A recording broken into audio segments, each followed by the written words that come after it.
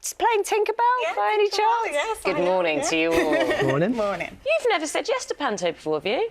No, because I didn't fully understand it and I'd never been. And all my friends for years were saying, you should go, you'd love it, it's so you. And I don't know why. And then I went last year to see Julian Clary in Aladdin. I mean, obviously, it's a different show. Julian's hilarious and quite naughty. Yeah.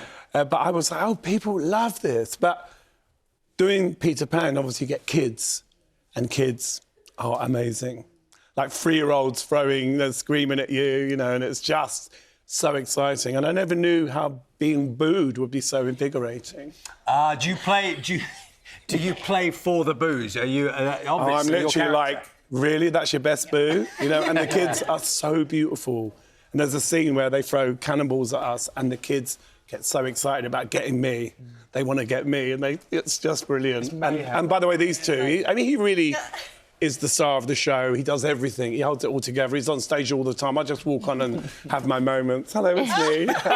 Well, Jordan, you were just saying a moment ago, so you were kind of a gymnast and acrobat by training, and in this show, what are you doing?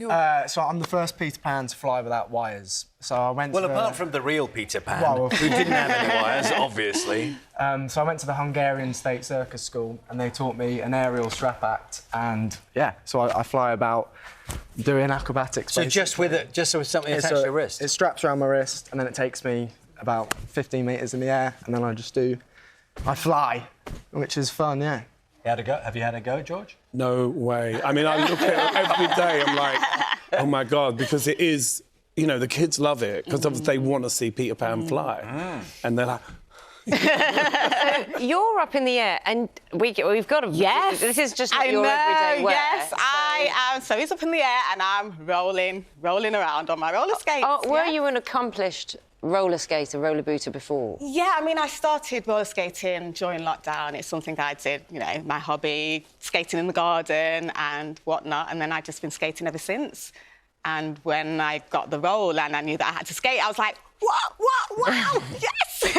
So, yeah, I'm living the dream. Can I ask you kind of pretend that George isn't there, right? He was a big star, probably before you guys were even born. What's he like to work with? No, don't look at him. Okay. No, he's not there. What's it like? Because then George is a big star. Of course, but I think that kind of helps as well. He's obviously affiliated with him, Yeah. but he's not. He's our mate. Yeah. So it's Yeah. very much like that. He's very grounded, very humble, always likes to ask a question or advice. Yes. Can take a note as well, which is like... What does that mean for us who are not in the theatre? If you have a better idea of how something's done, he's not afraid to go with it and roll with it and own it. And that's really impressive, particularly for someone of his star value. And no, he's a joy to work amazing. with. I mean, are you like that with your music? Were you know, like so open with that, or is it because this is so different? Perhaps what? Go on. I'm laughing because I think the music thing is probably the place where I'm the most unreasonable. Because I've been doing it a long time. If I was confident. a footballer, people would listen to my football advice. But in the music business, the older you get, the more you're dismissed. And actually, I've got better at what I do. I love it more. I would make music every day. And, you know, doing something like Peter Pan, obviously, by the way, Ebony's an incredible actress as well. You know, I mean, she doesn't just skate. She's great, and I work with her. And it's beautiful, you know, because... You know, sometimes you go on stage and you think, oh, I can't remember what I've got to say, and then she talks and you go, I remember, you know. But with the music, I think it's the most difficult space to share because, you know, it's such a personal thing making music and you always think you know better than everyone else and everybody tries to advise you what to do and you're like, I've been being me all this time, I don't need your advice.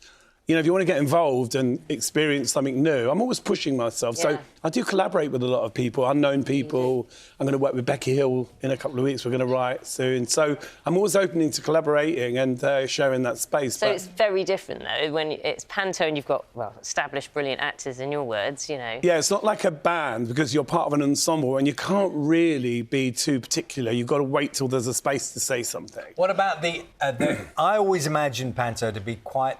I know it has structure. I know there's a script and everything. Yeah. And then, presumably, stuff happens, right? Oh, he's so cheeky. He comes out with some crackers and he has to be on your toes because there's a few spaces where he can say things to me. Well, George a line and... I throw him under the bus every night, yeah.